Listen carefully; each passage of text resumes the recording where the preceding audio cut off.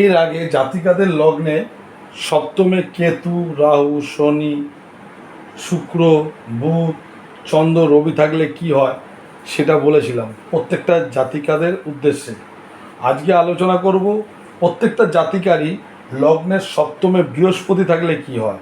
তাহলে প্রত্যেক দিনের মতন এখানে 12টা ঘর আছে, 12টা লগ্ন।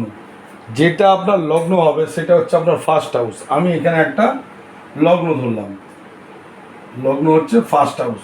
তাহলে 12টা ঘরের মধ্যে যেটা আপনার লগ্ন হবে সেটাই হচ্ছে আপনার ফার্স্ট হাউস।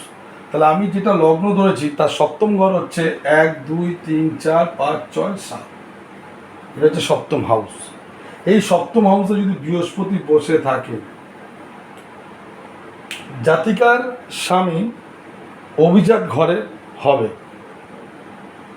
স্বভাবে গাম্ভীর্য ভাব একটা থাকবে, মেদবহুল হলে ভালোই হয়, এবং শাস্তিক, ন্যায়বান, বিদ্বান, নিষ্ঠাবান, গুণবান এবং দেবজিৎ ভক্ত হয়ে থাকে। ঠিক আছে, বেশিরভাগ ক্ষেত্রে যাদের লগ্নের সপ্তমে বৃহস্পতি আছে, যেই নারী, তার হাজব্যান্ড সর্বদাই বিদ্যা চর্চার দ্বারাই অর্থ উপার্জন করবে। কিন্তু এই বৃহস্পতি যদি দুর্বল হয়ে যায়, ধরুন কারুর লগ্ন, ধরুন কর্কট লগ্ন, তার সপ্তম হাউস এইটা, এখানে যদি বৃহস্পতি থাকে, বা বৃহস্পতি যদি নিচুস্থ হয়ে যায়, সেটা আসছে, নিচুস্থ পাপ পীড়িত দুর্বল হয়ে গেলে কি হয়, যদি নিচুস্থ হয়ে যায় বা পাপ পীড়িত হয়ে যায়, কোনো পাপ গ্রহের সঙ্গে যদি থাকে বা পাপ গ্রহের যদি দৃষ্টি দেয়, তাহলে এর ফল বিশেষ একটা ভালো হবে না।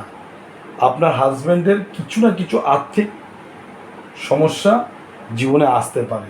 তাইলে সময় থাকতে যদি এরকম কোনো প্রবলেম থাকে, আপনার বৃহস্পতি নিচুস্থ সপ্তমে রয়েছে বা বৃহস্পতি অন্য কোনো ঘরে, ধরুন এটা লগ্ন, যদি সপ্তম ঘরে 1, 2, 3, 4, 5, 6, 7 এখানে যদি বৃহস্পতি যদি পাপ পীড়িত হয়ে যায়, পাপ দৃষ্টি হয়ে যায়, তাহলে এর সমাধান অবশ্যই আছে। কোনো ভালো অ্যাস্ট্রোলজার ভাইয়ের কাছে গিয়ে আপনারা এই সমাধানটা করুন, দেখবেন আপনি অনেকখানি ভালো থাকবেন। ভিডিওটি ভালো লাগলে অবশ্যই একটা লাইক করবেন।